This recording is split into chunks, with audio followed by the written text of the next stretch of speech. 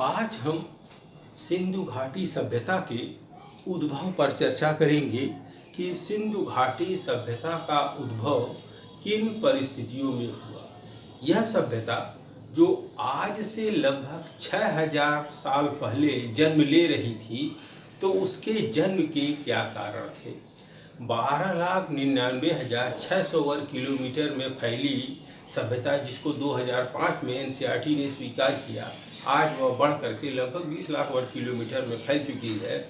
इस सभ्यता जो अपने समकालीन सभी सभ्यता, चाहे मिस्र की सभ्यता हो, चाहे मेसोपोटामिया की सभ्यता हो, चाहे वांगहो नदी के तट पर फैली सभ्यता हो, अपने समकालीन सभी सभ्यताओं में सबसे विकसित सभ्यता मानी जाती है। उसकी कुछ खास विशेषताएं ऐसी हैं जो अपनी समकालीन सभी सभ्यताओं में सबसे सर्वोच्च स्थान प्राप्त करती हैं।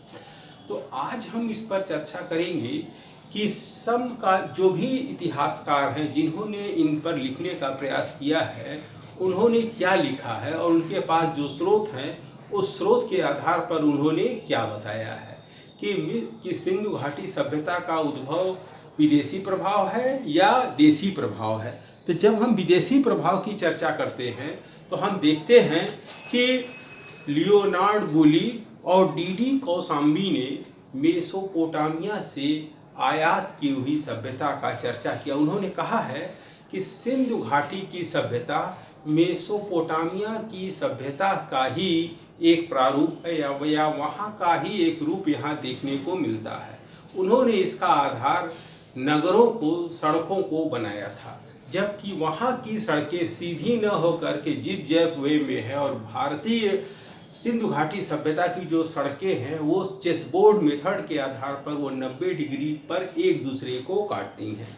तथा जॉन मार्शल, गार्डन चाइल्ड एवं मार्टिमर व्हीलर ने कहा है कि सिंधु घाटी सभ्यता मिस्र की सभ्यता की देन है। मिस्र की सभ्यता जो वर्तमान में अफ्रीका महाद्वीप के उत्तर में स्थित एक देश है, जो अपने समकालीन विकसित सभ्यता के लिए जानी जाती है, जिसे नील नदी की सभ्यता भी कहा जाता है, क्योंकि नील नदी के तट पर स्थित थी वह सभ्यता। उन्होंने इस सभ्यता के उद्गम के लिए मिस्र को जिम्मेदार माना है। तथा व्हीलर और क्रेमर ने यूनान में जो कनोसस नामक स्थल है, वहाँ से पाई गई सभ्यता के प्रारूप को इसके सिमिलर माना है और कहा है कि सिंधु घाटी की सभ्यता में यह विदेशी प्रभाव है, इसमें देशी प्रभाव के पुट कम पाए जाते हैं। इन सभी इतिहासकारों ने इस बात को समझाने का प्रयास किया, यह बताने का प्रयास किया अपनी पुस्तकों के माध्यम से कि यह सिंधु घाटी की जो सभ्यता है इसका जन्म भारत में नहीं हुआ।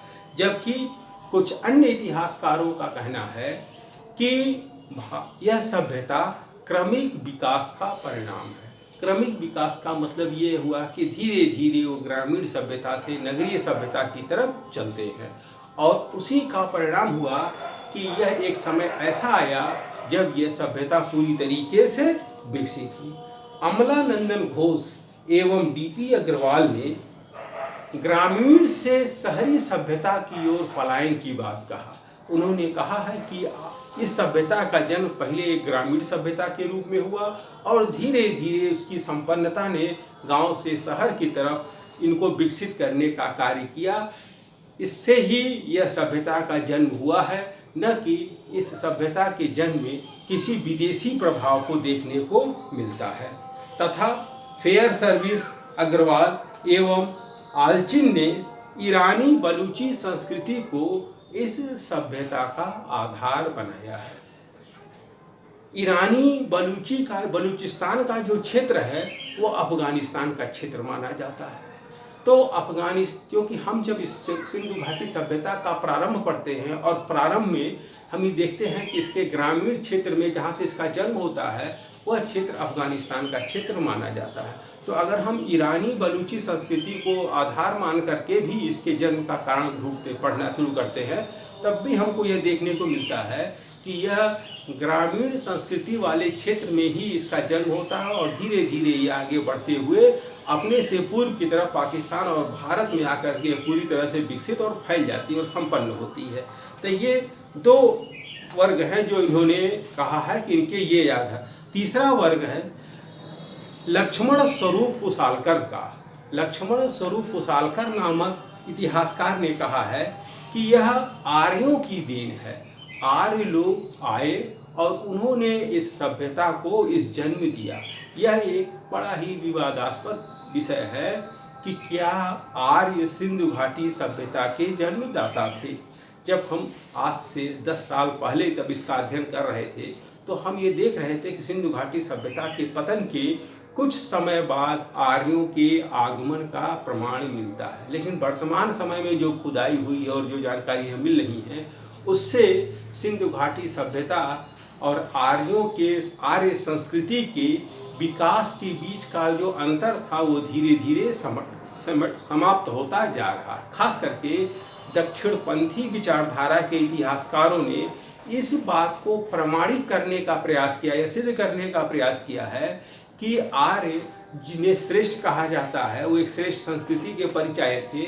उन्होंने ही सिंधु घाटी सभ्यता को जन्म दिया, लेकिन वह यह स्पष्ट नहीं कर पाते हैं कि अगर आर्य ही श्रेष्ठ हैं और श्रेष्ठ सभ्यता को जन्म देते हैं तो सिंधु घाटी सभ्यता जो अपने आप एक विकसित सभ्यता थी तिल तिल करके मर क्यों जाती है। और आर्य सभ्यता और सिंधु घाटी सभ्यता के बीच का जो सबसे बड़ा अंतर था ग्रामीण और शहरी, यह अपने आप में ये अंतर स्पष्ट रूप से दिखाई देता है जो यह बताता है कि कहीं न कहीं कोई चीज़ ऐसी है जो बीच में आ रही है, क्योंकि एक संस्कृति शहरी सभ्यता की थी, एक संस्कृति पूरी तरह ग्रामीण सभ्यता की है। तो शहरी सभ्यता ग्रामीण नहीं हो सकती है जबकि ग्रामीण सभ्यता शहरी हो सकती है। और ऐसा सिंधु घाटी सभ्यता में भी देखने को मिला है कि ग्रामीण सभ्यता ही आगे चलकर शहरी सभ्यता का रूप लेती है।